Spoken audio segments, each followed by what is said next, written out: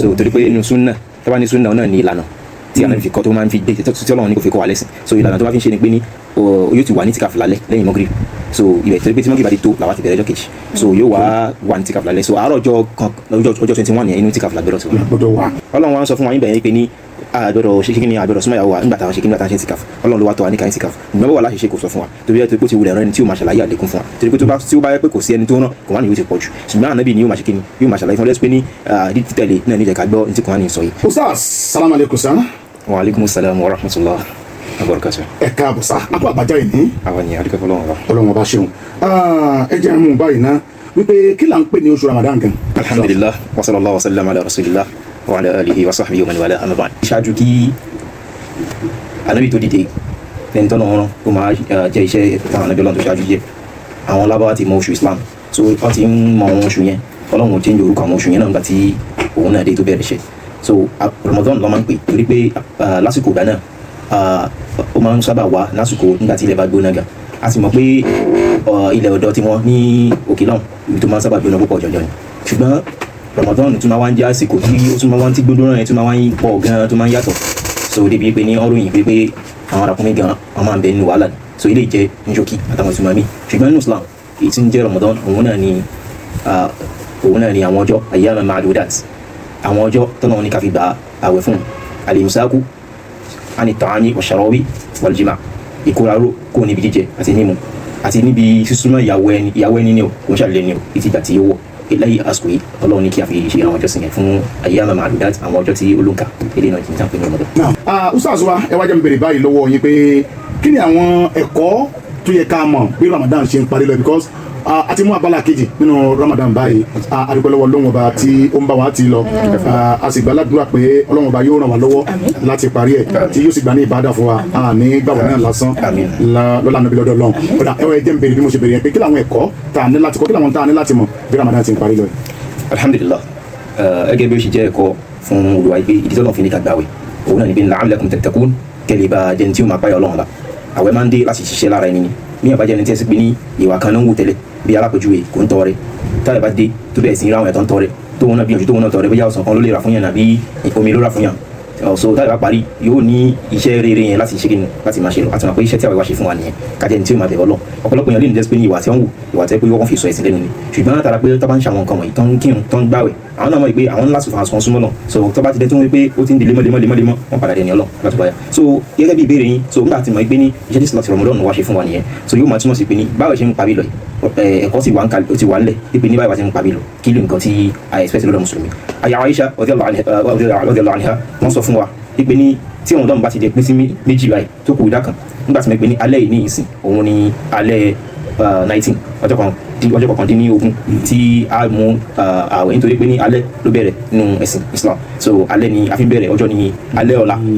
àárọ̀ ọ̀la alẹ́ láti wà báyìí so 19 Ramadan ní alẹ́ 19 ó wà kó ká mú àárọ̀ ọ̀bí ọ̀sán ọjọ́ 19 lọ́la báyìí so nígbà tá a ti mọ̀ pé ní nígbà tá a ti pé 19 ti pín sí méjì automatically kí wàá ní iṣẹ́ wa náà ní pé ní ká gbìyànjú pé ní àwọn nǹkan tí àti ìlépa bá kí nígbà táwọn ti bẹ̀rẹ̀ káàrí pé àlépa bá ìyàwó Aisha sọ fún wa pé ní kan Nabi sallallahu alaihi wasallam nígbà tí Ramadan tó bá kù mẹ́wàá gbẹ̀yìn qama layla Ànábì sallam ahya layla kò ní sùn mọ́lú wa shadda izra yóò wá sọ ṣòkòtò rẹ̀ dé gbọ́ngbọ́n ìyẹn ni pé ní yóò tara mọ́ iṣẹ́ ju tẹ́lẹ̀ lọ wa qama layla yóò sì jí àwọn èèyàn rẹ̀ pé ẹ má sùn àsìkò yìí ẹ fi ṣe jọ́sìn nítorí pé ní lillahi i'tiqa'un minan nar alaalẹ́ làwọn Ọlọ́run máa ń bọ́kùn náà kúló àwọn èèyàn eléyìí ẹ̀ṣẹ̀ etí ẹ̀ ló ti pọ̀ tó báyìí ó sì jọ̀dọ̀ kó jẹ̀yà ṣùgbọ́n àtàrà pé ó gbìyànjú ó gba àwẹ̀ ó ṣe dáadáa òun ka Kùránì ó ṣe nǹkan ẹ̀ Ọlọ́run yóò wá alalẹ́ ó máa ń bọ́kùn lórí àwọn èèyàn so tó bá bí ẹ̀ bá ṣe wá ṣì gbìyànjú sí ṣáájú káwẹ̀ tó lọ náà ni ó fi rí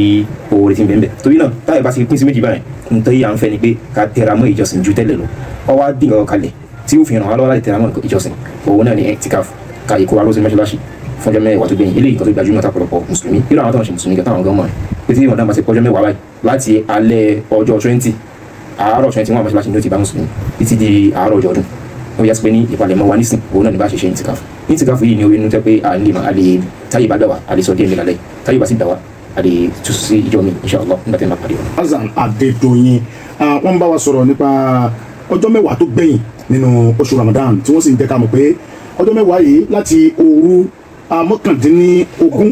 ni ó ti yẹ kí mùsùlùmí kó ti wà ní mọ́ṣáláṣí láti mọ farahàn níwájú Ọlọ́run Ọba tí yóò sì mọ bẹ̀ lọ́n fún lọ́tún lọ́sẹ̀ náà láti òru ogún ok òru ogún láti òru ogún ọjọ́ kọkànlélógún ni yóò ti bá wa ní ìtìkáfù so torí pé inú súnà tẹ́wá ní súnà náà ní ìlànà tí àwọn ìfikọ́ tó máa ń fi gbé tí Ọlọ́run ní kò fi kọ́ wa lẹ́sìn so ìlànà tó máa fi ń ṣe ni pé ní yóò ti wà ní ìtìkáfù lálẹ́ lẹ́yìn mọ́gírì so ibẹ̀ torí pé tí mọ́gírì bá ti tó làwọn ti bẹ̀rẹ̀ ọjọ́ kejì so yóò wà ní ìtìkáfù lálẹ́ so àárọ̀ ọjọ́ 21 yẹn inú ìtìkáfù lábẹ́rẹ̀ sí wa. gbọ́dọ̀ wà kí ni àwọn àǹfààní tó wà nínú ẹ̀sán. alhamdulillah so àǹfààní ibẹ̀ pọ̀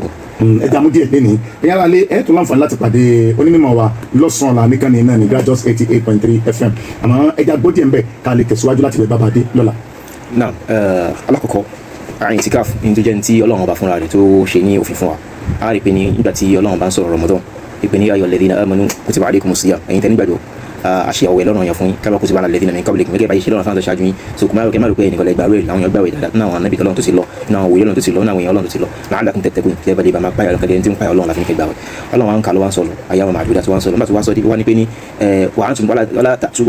Ọlọ́run níbi wọ́n sọ pé ní wala tamassuhunna wa antum aakifuna fil masajid so Ọlọ́run ti tọ́ka ìtìkáfù fún Kùránì fún wa rẹ́dì a sì mọ̀ pé ní kò sí bí mùsùlùmí ṣe láwọn pín tó lé ní táwọn kan lè sọ pé àwọn kan làwọn ilé làwọn tẹ̀lé ilé làwọn ṣe àtàrà pé ògbẹ̀ ti dojú pọ̀ yìí tó jẹ́ okó tẹ́ ká dìmọ́ Kùránì àti súnà Nábì àwọn èèyàn ò dì mọ́ tó wá dé gbọ́ngàn ṣe pín so kò sí bá ṣe wá pín tó lé ní àmọ́ pé ní àlè pín lórí Kùránì tí Kùránì bá ti sọ̀rọ̀ gbogbo alágbà kò sí bá ṣe láàpín tó kẹ́ nìkan ṣe yàn ní súnni ni so Ọlọ́run ti tọ́ka ìtìkáfù fún Kùránì ní ṣókí ìtafẹ́ mú bẹ́ẹ̀ ni Ọlọ́run sọ pé ní ẹ má ṣe lọ́dọ̀ àwọn ìyàwó yín torí pé inú àwẹ̀ Ọlọ́run kọ́kọ́ ṣe ní òfin pé àgbẹ̀rọ̀ súnmọ́ ìyàwó wa àtọ̀sún àtòwò ṣùgbọ́n bá Ọlọ́run sọ pé ní òun alimallahu annakum kuntum takhtanuna anfusakum Ọlọ́run sì mọ̀ pé ní ẹ máa ṣàǹbá ẹ máa ṣàbòsí ara yín tó bá dalẹ̀ ẹ̀ lè fara ẹ̀ lè mú mọ́ra so Ọlọ́run rí nǹkan tí Ọlọ́run rí pé torí òun la mọ númòdì òun ló dá wa so Ọlọ́run rí pé kò fẹ́ rọrùn wọ́n sì lè máa ṣe Ọlọ́run ọba láàánú sí ni kò ń fẹ́ ká ṣe òun kó máa rí pa jẹ ìyà yóò wá ṣe òfin nírọ̀rùn fún wa ó yẹ kó ní ẹ̀rí gbà nípòfin Islam ọ lè sọ báyìí kó sì padà change kó torí pàánà bí kú ni tani nígbà tí ti kú kò sí tó jẹ́ pé kọ̀kọ́ tó ń dínkù àbótún dínkù so Ọlọ́run wá sọ pé ní ẹ má ṣàwá ṣùgbọ́n o ẹ súnmọ́ wọn láti pẹ́ ẹ súnmọ́ wọn o tó bá fi lè di pé Ramadan ti pé 20 wala tamassuhunna wa antum aakifuna fil masajid ẹ gbọ́dọ̀ súnmọ́ àwọn ìyàwó yín mà à ń dà tẹ́ ti wà nínú ìtìkáfù ní mọ́ṣáláṣí Ọlọ́run wá ń sọ fún wa yín bẹ̀rẹ̀ pé ní àgbọ̀dọ̀ ṣe kíni àgbọ̀dọ̀ súnmọ́ ìyàwó wa nígbà táwọn ṣe kíni nígbà táwọn ṣe ìtìkáfù Ọlọ́run ló wá tọ́ wa ní káyìn ìtìkáfù ìgbàgbọ́ wà láṣẹ ṣe kò sọ fún wa torí pé ti wulẹ̀ rẹ́ni tí ó máa ṣàlàyé àlékún fún wa torí pé tí ó bá yẹ pé kò sí ẹni tó rán kò wá ní yóò ti pọ̀ jù ṣùgbọ́n ànábì ni yóò máa ṣe kíni yóò máa ṣàlàyé fún ọlẹ́sìn pé ní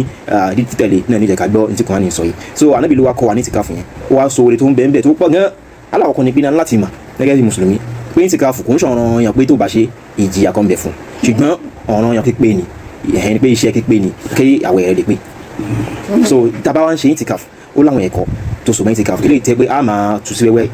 níwájú. alhamdulilayi tó bá di ọ̀la lágbára Ọlọ́run á láǹfààní láti tu gbogbo àwọn orí tí ń bẹ lábẹ́ ìtìkáfù yìí àti ẹ̀kọ́ tó mú wá mo ti ní kankan jẹ̀mọ́ náà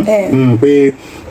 láti gbàtà tí ń gbàwẹ̀ bọ̀ tó fi di àsìkò ìtìkáfù yìí lóru àwẹ̀ èèyàn sì lè súnmọ́ aya rẹ̀ ṣùgbọ́n ọjọ́ mẹ́wàá tó kù yìí a gbọ́dọ̀ ṣẹ́ra ró lórí gbogbo ìmọ̀ tí Ọlọ́run pé kí